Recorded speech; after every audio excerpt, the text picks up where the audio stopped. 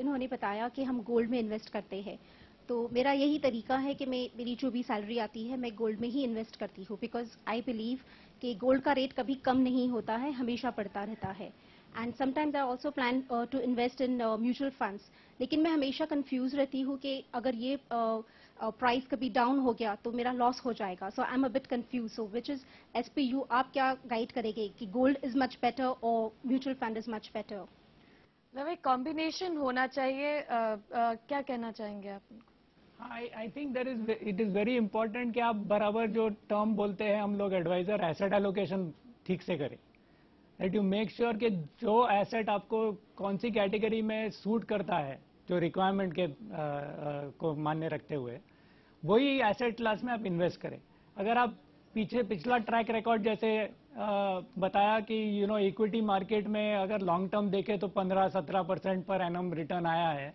अगर गोल्ड का रिटर्न देखें लॉन्ग टर्म तो 8-9% आया है। गोल्ड का नॉर्मल यूज क्या है कि it helps as a hedge against inflation. In the recent past क्या हुआ है कि अगर ऑयल प्राइसेस सब बढ़ गए तो उसके वजह से भी हेज हो रहा है गोल्ड, तो gold is getting attention from that point of view. दूसरा, कंजम्पशन बढ़ गया है, इंडिया का कंजम्पशन काफी बढ़ गया है। लेकिन अभी गोल्ड का भी प्राइस आप देखेंगे in the last may be 2 months और सो काफी ऊपर नीचे हुआ है। तो अगर आप डे टू डे देख रहे हैं गोल्ड के प्राइस, तो गोल्ड को देखते भी मुझे नर्वसनेस हो रहा है कि अभी मैं डालूं या नहीं डालूं। 11,000 रुपया बराबर है या 12,000 या 13,000 या 9,000 पे होगा तभी मैं बाय करूंगा। और टाइम होने के बाद पता बहुत इजीली चल जाता है कि 17 जुलाई 2005 में मुझे सब पैसे उधर डालने चाहिए थे और 18 सितंबर 2007 में वहां से निकाल देने चाहिए थे। वो सब हिस्ट्री हो गया, उसके बाद पता चलेगा। लेकिन 17 सितंबर को आप बोलेंगे नहीं कल मैं नहीं निकालूंगा क्योंकि थोड़ा और बढ़ेगा उसके बाद निकालूंगा। अगर पैसा डालना है तो थोड़ा और नीचे गिरेगा उसके बाद मैं डालूंगा, तो आप कभी नहीं इन्वेस्ट करेंगे। तो जो पर्पस है आपका लॉन्ग टर्म का, वैसे आप एलोकेट कीजिए। गोल्ड ईटीएफ भी एक जरिया है नया जो कि इन्वेस्टमेंट्स के लिए, अगर उस बारे में भी जानकारी दे, जो गोल्ड में इन्वेस्टमेंट म्यूचुअल फंड के जरिए अगर हो। कई बार ऐसे होते हैं कि आप गहने खरीदेंगे और गहने की जो वैल्यू है वो खरीदते टाइम ज्यादा वो मेकिंग चार्जेस जो बोलते हैं वो लग जाता है, और वापस देते time if you want to surrender it you will get always something lower. So it's not really a very very ideal way to save. लेकिन ये जो है अभी म्यूचुअल फंड स्कीम्स जो आ रहे हैं जो एक्सचेंज ट्रेडेड है, आपको कभी भी एंट्री कर सकते हैं एंड दी एनएवी जो उसमें मिलेगा वो करीबन गोल्ड के जो भाव है मार्केट में उसी के हिसाब से मिलता जाएगा।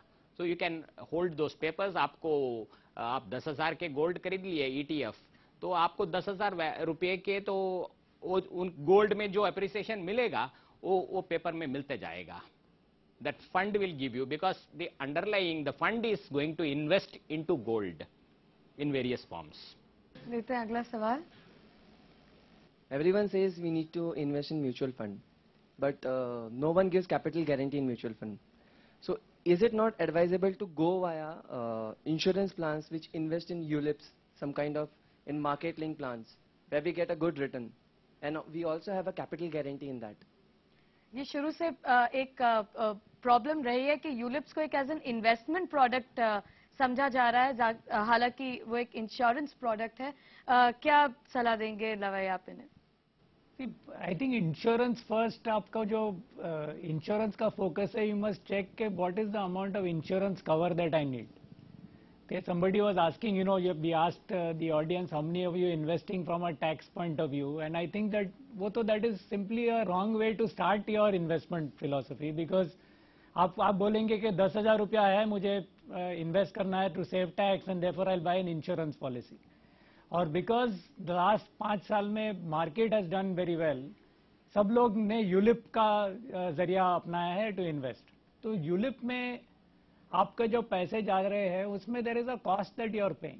There is a cost of investment, there is a cost of mortality charge, there is an administrative charge, there is a fund management charge, there is a charge for the number of switches that you make.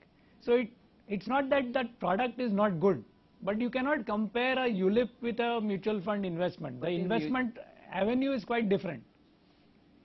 आपका जो आप जो कह रहे हैं कि capital guarantee है, जो इन्वेस्टमेंट पे कैपिटल गारंटी नहीं है. I think that to that extent maybe there is a confusion in everybody's mind that I put in the money and that money is safe. और अगर आप बोल रहे हैं कि that is getting invested in the market, यानी आपको वो awareness है कि that is being invested in the market, it will perform the same way as the market has performed. So if that goes down, आपके पैसे भी it is going to go down. So the capital guarantee is only in the case of your death. Your nominee is going to get that amount, which is the sum assured. That is the guarantee. But अगर आप you survive that period, आपने 25 साल का ULIP policy लिया और most of you I think will buy the ULIP policy saying मुझे 3 साल के पैसे डालने हैं. That is absolutely the wrong way to invest in ULIP because the cost are very high in the first 2 years itself. The idea of the ULIP policy, wait जो company ने ULIP policy बनाई है उसमें they have said transparently we are deducting cost right up front. You are saying I am entering into that ULIP policy for a 20-year period. So company has taken high upfront cost and low rear end cost. So over 20 years they will recover what is reasonable, right? आप बोल रहे हैं कि मैं पैसे 3 साल के लिए डालूंगा लेकिन मुझे रिटर्न चाहिए जो 20 साल के लिए जो प्रॉमिस किया, वो जो इलस्ट्रेशन दिया है वो नहीं होगा. तो investing from a ULIP form 3 years wrong. Investing in ULIP and saying that it is capital guarantee is also wrong because let's say आप 20 साल सर्वाइव कर दिया and you put money regularly disciplined every year, जो अगर आपका fund value market की वजह से नीचे हो गया है तो आपको कम पैसे मिलेंगे. आपको कैपिटल गारंटी जो से 20 लाख का इंश्योरेंस कवर लिया वो 20 लाख नहीं मिलने वाले. जो फंड वैल्यू है 8 लाख रुपए तो 8 लाख मिलेंगे. तो जो म्यूचुअल फंड का हालत होने वाला है आपको यूलिप का भी हालत होगा. हाँ, फंड मैनेजर की वजह से थोड़ा ऊपर नीचे हो सकता है, एक फंड मैनेजर अच्छा है एक नहीं अच्छा है, लेकिन ULIP is not a capital guaranteed product in my mind and it cannot be used as an investment tool only.